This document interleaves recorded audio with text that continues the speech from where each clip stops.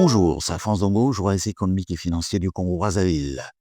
Les autorités congolaises, par la voix du ministre Thierry Leza-Mongala, ministre de la Communication et des Médias, porte-parole du gouvernement,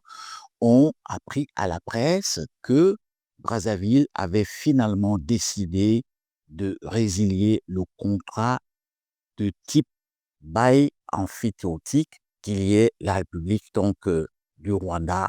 au Congo-Brazzaville dans le cadre des accords qui ont été signés dans ce qu'on appelle coopération Sud-Sud. Alors, il faut noter que au départ, ou alors comme argument, le gouvernement de Brazzaville met en avant le fait que les Rwandais, jusque-là, avaient une date butoir, c'est-à-dire qu'il ne fallait pas dépasser celle du 8 décembre 2024 sans avoir engagé des investissements. Côté rwandais, on s'étonne de cette décision, selon nos informations puisées à bonne source. Non seulement le Rwanda dit qu'il avait déjà créé sur place une société de droit congolais, avait même trouvé des installations, avait engagé déjà certaines études,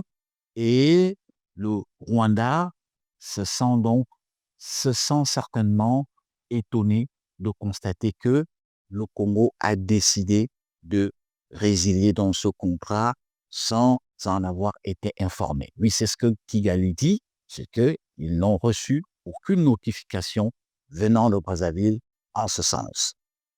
Ce qui certainement laisse à supposer qu'il y aura un quiproquo entre Brazzaville et Kigali à ce sujet, certainement que des solutions pourraient être trouvées par des canaux diplomatiques dans le cadre du partenariat Sud-Sud engagé entre les deux pays.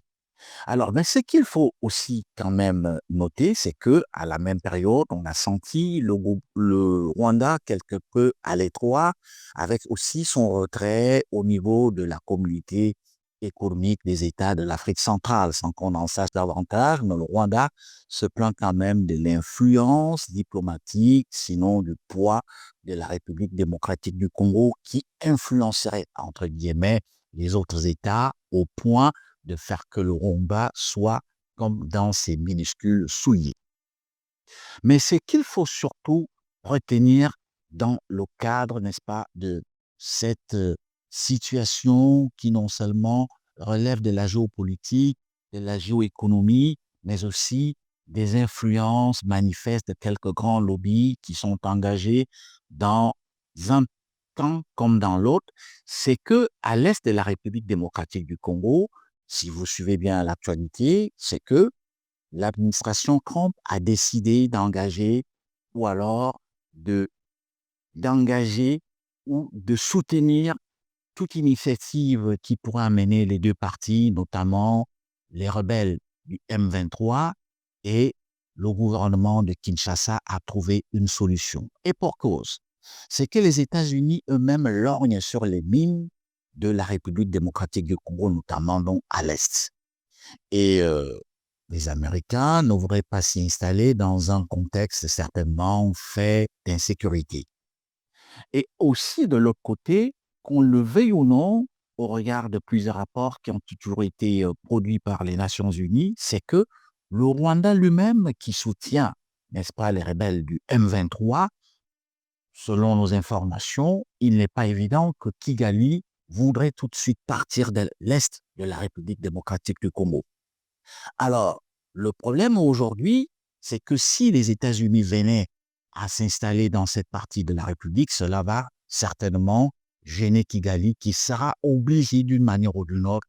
de plier bagage. Et c'est certainement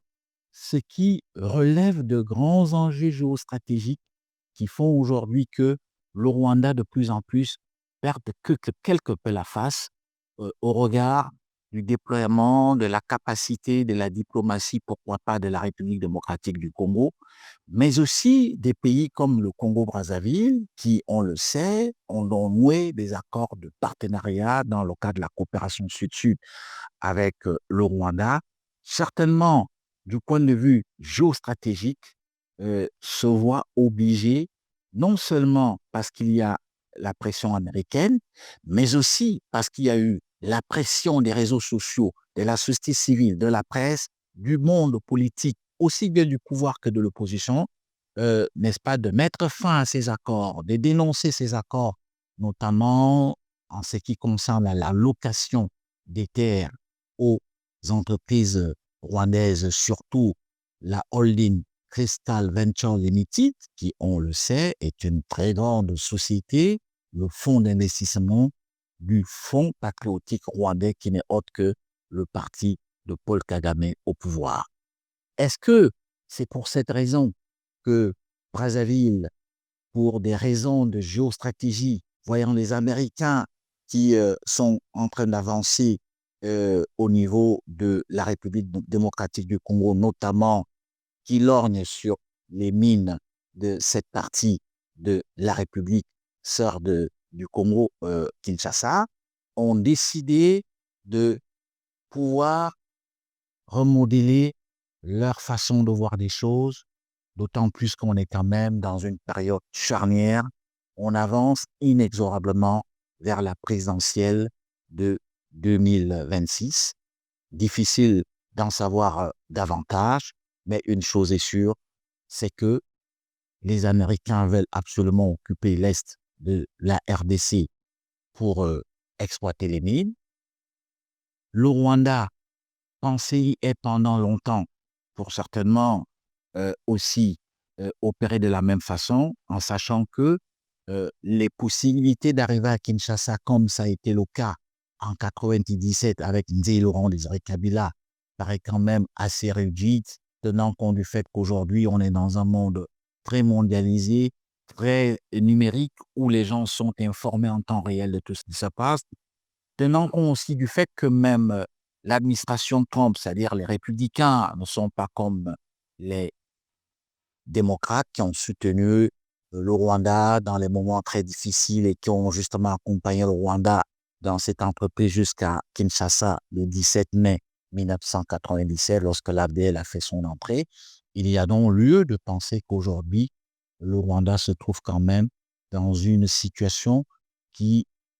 lui est imposée par les États-Unis du fait que les deux pays lorgnent sur les mêmes richesses. Et je me souviens d'ailleurs qu'au niveau de la République démocratique du Congo, le Parlement a essayé, a demandé de voir un peu plus clair sur ces accords prochains entre Kinshasa et Washington. Alphonse Dongo,